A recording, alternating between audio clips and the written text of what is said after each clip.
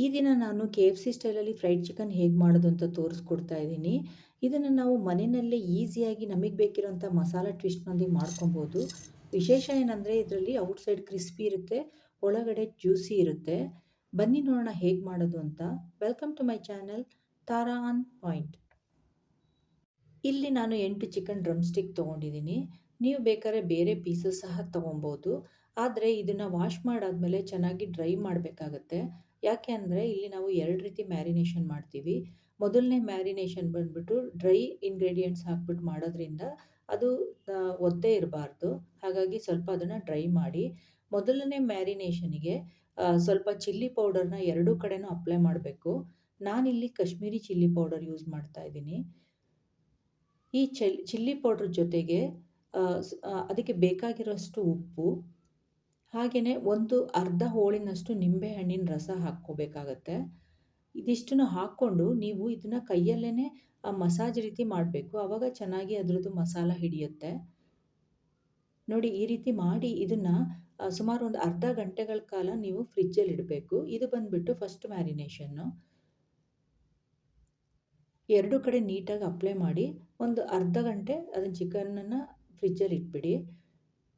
ಆ ನಂತರ ನೋಡಿ ಅರ್ಧ ಗಂಟೆ ಆದಮೇಲೆ ಇದಕ್ಕೆ ಸೆಕೆಂಡ್ ಮ್ಯಾರಿನೇಷನ್ ಮಾಡ್ತಾಯಿದ್ದೀನಿ. ಅದಕ್ಕೆ ಗಟ್ಟಿ ಮೊಸರು ಅಂದರೆ ಅಷ್ಟು ಪೀಸಸ್‌ಗೆ ಎಷ್ಟು ಬೇಕಾಗುತ್ತಲ್ಲ ಅಂದಾಜು ಮೇಲೆ ಹಾಕ್ಕೊಳ್ಳಿ. ಹಾಗೆಯೇ 2 ಟೀ ಸ್ಪೂನಷ್ಟು ಜಿಂಜರ್ ಗಾರ್ಲಿಕ್ ಪೇಸ್ಟ್ ಹಾಕ್ಕೊಂಡಿದ್ದೀನಿ. 1 ಟೀ ಸ್ಪೂನಷ್ಟು ಗರಂ ಮಸಾಲ. ಇದಕ್ಕೆ ಮತ್ತೆ ಚಿಲ್ಲಿ ಪೌಡ್ರ್ ಹಾಕ್ಕೋಬೇಕಾಗತ್ತೆ. ಇದಿಷ್ಟನ್ನು ಹಾಕಿ ಚೆನ್ನಾಗಿ ಅದ್ರ ಮೇಲೆ ನೀವು ಮಸಾಜ್ ರೀತಿನೇ ಮಾಡಬೇಕು. ಅಂದರೆ ಅದ್ರ ಒಳಗಡೆ ಎಲ್ಲ ಮಸಾಲ ಹೋಗಬೇಕು. ಆ ರೀತಿ ಕಲಿಸ್ಬೇಕು.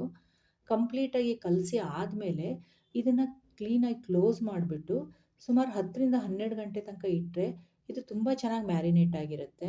ನಾನು ಹಿಂದಿನ ದಿನ ರಾತ್ರಿನೇ ಮಾಡಿಟ್ಟು ಮಾರನೇ ದಿವಸ ಮತ್ತೆ ಮಧ್ಯಾಹ್ನದಷ್ಟೊತ್ತಿಗೆ ಮಾಡ್ತಾಯಿದ್ದೀನಿ ಇದನ್ನು. ಈಗ ಇದಕ್ಕೆ ಕೋಟಿಂಗಿಗೆ ಮೈದಾ ಹಿಟ್ಟು ತೊಗೊಂಡಿದ್ದೀನಿ.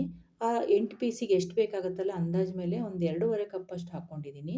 ಅದಕ್ಕೆ ಮತ್ತೆ 2 ಟೀ ಸ್ಪೂನಷ್ಟು ಅಚ್ಕಾರದ ಪುಡಿ. ಹಾಗೆಯೇ ನೋಡಿ ಇಲ್ಲಿ ನಾನೇನು ಮಾಡಿದ್ದೀನಿ ಅಂದರೆ ಗಾರ್ಲಿಕ್ ಪೌಡ್ರ್ ತೊಗೊಂಡಿದ್ದೀನಿ. ಅಂದರೆ ಬೆಳ್ಳುಳ್ಳಿ ಪೌಡರು. ಇದು ನಿಮಗೆ ಆನ್ಲೈನಲ್ಲಿ ಸಿಗುತ್ತೆ. ಇದನ್ನು 1 ಟೀ ಸ್ಪೂನ್ ತೊಗೊಂಡಿದ್ದೀನಿ. ಹಾಗೆಯೇ ವೈಟ್ ಆನಿಯನ್ ಪೌಡರ್ ಅಂತ ಬರುತ್ತೆ. ಅಂದರೆ ಈರುಳ್ಳಿ ಪೌಡರು. ಇದನ್ನು ಸಹ 2 ಟೀ ಸ್ಪೂನಷ್ಟು ಹಾಕ್ಕೊಂಡಿದ್ದೀನಿ. ಇದನ್ನೆಲ್ಲ ಹಾಕೋದ್ರಿಂದ ಏನಾಗುತ್ತೆ ಆ ಮೇಲ್ಗಡೆ ಇರೋಂಥ ಕ್ರಸ್ಟ್ ಇರುತ್ತಲ್ಲ ತುಂಬ ಟೇಸ್ಟಿಯಾಗಿರುತ್ತೆ.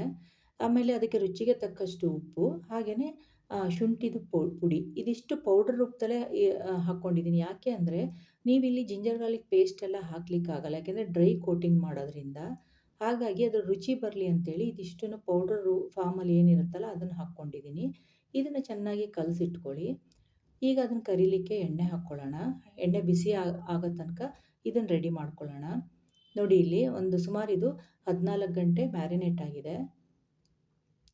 ಅದ್ರ ಜೊತೆಗೆ ಒಂದು ಬೌಲಲ್ಲಿ ತಣ್ಣಗಿರೋಂಥ ನೀರು ಇಟ್ಕೊಳ್ಳಿ. ಅದನ್ನು ತೋರಿಸ್ತೀನಿ ಏನು ಮಾಡೋದು ಅಂತ. ಈಗ ಫಸ್ಟ್ ಕೋಟಿಂಗ್ ಮಾಡ್ಕೊಬೇಕು ಇದ್ರೊಳಗಡೆ ಹಾಕಿ. ಅದನ್ನು ತಕ್ಷಣ ಈ ತಣ್ಣೀರಲ್ಲಿ ಹಾಕಿಬಿಟ್ಟು ಒಂದು 3ರಿಂದ 4 ಸೆಕೆಂಡ್ ಅಷ್ಟೇ ಇಡಿ.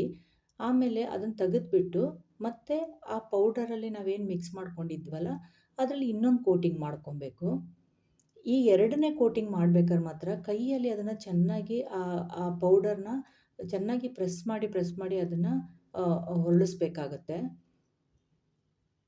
ಈ ರೀತಿ ಮಾಡಿ ಆದಮೇಲೆ ನೀವು ಈ ಬಟ್ಟೆನ ನಾವು ಹೇಗೆ ಕೊಡುತ್ತೀವಲ್ಲ ಆ ರೀತಿ ಅದನ್ನು ಕೊಡವಿ ಅದರಲ್ಲಿರೋ ಎಕ್ಸ್ಟ್ರಾ ಪೌಡ್ರನ್ನ ಉದುರಿಸಿದಾಗ ನೋಡಿ ಈ ರೀತಿ ಟೆಕ್ಸ್ಚರ್ ಬರುತ್ತೆ. ಆ ಹೊರಗಡೆ ಕ್ರಿಸ್ಪಿ ಕ್ರಸ್ಟ್ ಬರೋದು ಈ ರೀತಿ ಮಾಡಿದಾಗ. ನೋಡಿ ಈಗ ಇದನ್ನು ಎಣ್ಣೆ ಕಾದಿದೆ ಅದರೊಳಗಡೆ ಹಾಕ್ಕೊಳ್ಳೋಣ. ಎಣ್ಣೆನ ಮೀಡಿಯಮ್ ಫ್ಲೇಮಲ್ಲಿ ಇಟ್ಕೊಳ್ಳಿ. ಯಾಕೆ ಅಂದರೆ ನೀವು ಹೈ ಫ್ಲೇಮಲ್ಲಿ ಇಟ್ಟರೆ ಅದು ಬೇಗ ಮೇಲ್ಗಡೆ ಕ್ರಸ್ಟ್ ಎಲ್ಲ ಬೇಗ ಬೆಂದೋಗುತ್ತೆ. ಬಟ್ ಒಳಗಡೆ ಚಿಕನ್ ಬೆಂದಿರಲ್ಲ. ಹಾಗಾಗಿ ಇದು ಆದಷ್ಟೂ ಕಡಿಮೆ ಉರಿನಲ್ಲೇ ಚೆನ್ನಾಗಿ ಬೇಯಿಸಬೇಕಾಗತ್ತೆ. ನೋಡಿ ಇಲ್ಲಿ ಚೆನ್ನಾಗಿ ಫ್ರೈ ಆಗಿದೆ. ನೋಡಿ ಒಳಗಡೆ ತೋರಿಸ್ತೀನಿ ಎಷ್ಟು ಜ್ಯೂಸಿ ಥರ ಬಂದಿದೆ ಅಂತೇಳಿ. ತುಂಬಾ ಹೊರಗಡೆ ಕ್ರಸ್ಟು ಸಹ ತುಂಬಾ ಟೇಸ್ಟಿಯಾಗಿ ಬಂದಿದೆ.